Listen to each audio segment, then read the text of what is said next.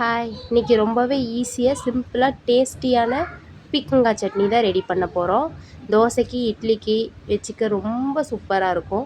கண்டிப்பாக ட்ரை பண்ணி பாருங்கள். அதுக்கு சீரகம், உளுந்தப்பருப்பு, கடலைப்பருப்பு, கொஞ்சமாக பூண்டு, இஞ்சி, 3 தக்காளி, கொஞ்சமாக சின்ன வெங்காயம், பீக்கங்காயோட தோல், கருவேப்பிலை, மிளகாய், புளி இதெல்லாம் எடுத்து வச்சுக்கோங்க. கடாயில் எண்ணெய் விட்டு எண்ணெய் சூடேறினதும் உளுத்தம்பருப்பு, கடலைப்பருப்பு நல்லா பொரிய விட்டுக்கோங்க. போட்டு அது கூட கொஞ்சமாக சீரகம் சேர்த்துக்கோங்க. சீரகம் வந்து எதுக்குன்னா அது ஸ்மெல் நல்லாயிருக்கும், சட்னிக்கு நல்லா டேஸ்ட்டும் கொடுக்கும்.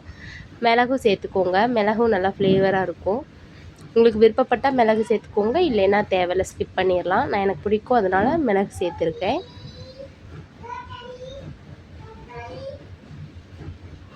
இந்த பீக்கங்காய் ஃப்ளேவர் வந்து உங்களுக்கு பிடிக்கல அப்படிங்கிற பட்சத்தில் நீங்கள் புதினா கூட ஆட் பண்ணிக்கோங்க, இது கூட கொஞ்சம் சேர்த்து. இது நல்லா தாளிச்சிட்டாச்சு. இப்போ கொஞ்சம் 2 வரமிளகா, கொஞ்சமாக புளி போட்டுக்கலாம். புளி போட்டு எண்ணெயிலே வறுத்து எடுத்துடணும். அப்போ தான் மிக்சியில் வந்து நல்லா அரைப்படும், டேஸ்ட்டும் நல்லாயிருக்கும். இது நல்லா வறுபட்டுருச்சு. இப்போ இஞ்சும் பூண்டும் சேர்த்துக்குவோம். இதையும் வந்து நல்லா வதக்கி விட்டுருவோம்.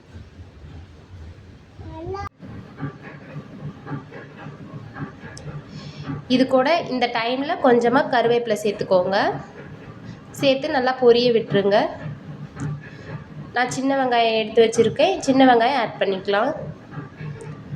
இதுவும் நல்லா தாளித்து விட்டுருங்க. இது கொஞ்சமாக கலர் மாறி வரணும்.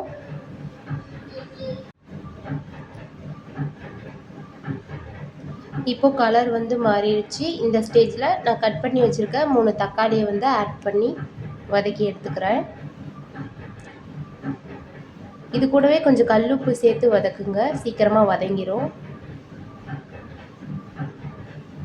இது ரொம்பலாம் வதக்கணும்னு ஒன்றும் அவசியம் இல்லை, கொஞ்சம் வதக்குனா போதும்.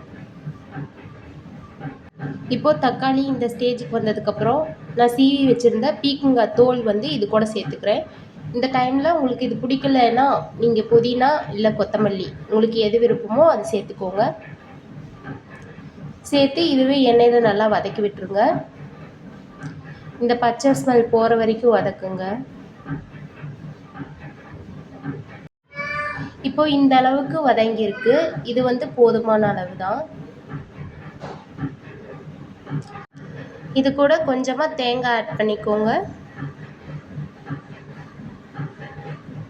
கொஞ்சமாக பொட்டுக்கடலை ஆட் பண்ணிக்கோங்க. ஆட் பண்ணிட்டு நல்லா வதக்கி விட்டுருங்க. அவ்வளோதான், ஸ்டவ் ஆஃப் பண்ணிடலாம். இதை ஆற வச்சு மிக்ஸி ஜாரில் சேர்த்துக்கலாம். கொஞ்சமாக தண்ணி சேர்த்து அரைச்சி எடுத்துகிட்டு வந்துடலாம். இப்போ இந்த அளவுக்கு நான் அரைச்சிருக்கேன். இதை ஒரு பவுலில் மாற்றிக்கலாம். இது கூடயே மிக்ஸி ஜார் அலசி நான் தண்ணியும் ஊற்றிக்கிறேன். உப்பு பத்தலைன்னா உப்பு செக் பண்ணிக்கோங்க. இதுக்கு வந்து தாளிப்பு தேவையில்லை, நம்ம இப்படியே சாப்பிட்டுக்கலாம். தோசை இட்லி எல்லாத்துக்கூடயும் நல்லாயிருக்கும். இப்போ பஞ்சு போல் தோசை ஊற்றி அது கூட இந்த சட்னியை வச்சு சர்வ் பண்ணுங்கள். இந்த வீடியோ பிடிச்சிருந்தா லைக் பண்ணுங்கள், ஷேர் பண்ணுங்கள், கமெண்ட் பண்ணுங்கள். இந்த வீடியோ பார்த்ததுக்கு